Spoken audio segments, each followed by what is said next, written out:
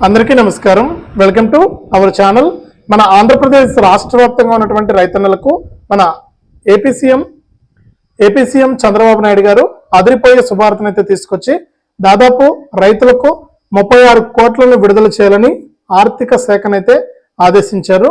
ఈ యొక్క ఏ పథకానికి సంబంధించి 36 కోట్లను విడుదల చేశారు, ఇక ఏ తేదీ నుంచి రైతుల ఖాతాల్లోకి డబ్బులు జమ అవుతున్నాయి అనే వివరాలన్నీ కూడా మీకు అందరికీ కూడా తెలియజేస్తాను.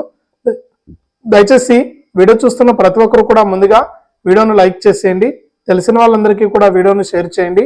ఇలాంటి మరెన్నో వీడియోలను ఎప్పటికప్పుడు మన ఛానల్ ద్వారా మీరు తెలుసుకోవాలనుకుంటే తప్పనిసరిగా వీడియో కింద సబ్స్క్రైబ్ అనే బటన్ ఉంది, సబ్స్క్రైబ్ చేసుకోండి. సబ్స్క్రైబ్ అయిన వెంటనే గంట వస్తుంది, గంట పైన నొక్కితే మళ్ళీ కూడా పక్కనే ఆల్ అనే గంట వస్తుంది. ఆ గంట పైన కూడా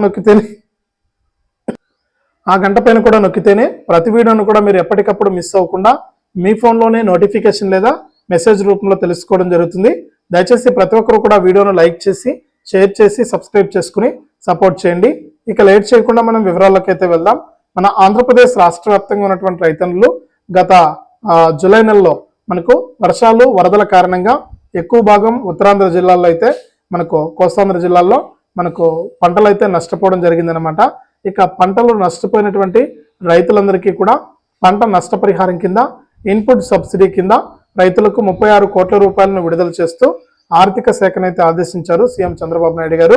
ఇక ఆయన ఆదేశాల మేరకు ఆర్థిక శాఖ 36 కోట్ల రూపాయలనైతే విడుదల చేయబోతుంది.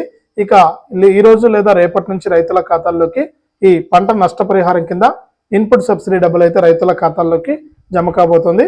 ఒకసారి మీరు ఎవరైతే పంటలు దాదాపు 1,00,000 ఎకరాల్లో పంటలు నష్టపోయారని అటువంటి పంటలన్నీ కూడా మనకు నమోదు చేశామని కూడా అధికారులు తెలియజేశారు. కాబట్టి ఈ ఇన్పుట్ సబ్సిడీ కింద డబ్బులు అయితే జమ అవుతాయి. ఒకసారి మీ యొక్క బ్యాంక్ ఖాతాలు చెక్ చేసుకుని డబ్బులు అయితే తీసుకోండి. ఇదే అప్డేటు. వీడియోను లైక్ చేయండి, షేర్ చేయండి. మన ఛానల్ని ఇప్పుడే సబ్స్క్రైబ్ చేసుకుని పక్కనే వచ్చే గంట పైన కూడా నొక్కండి.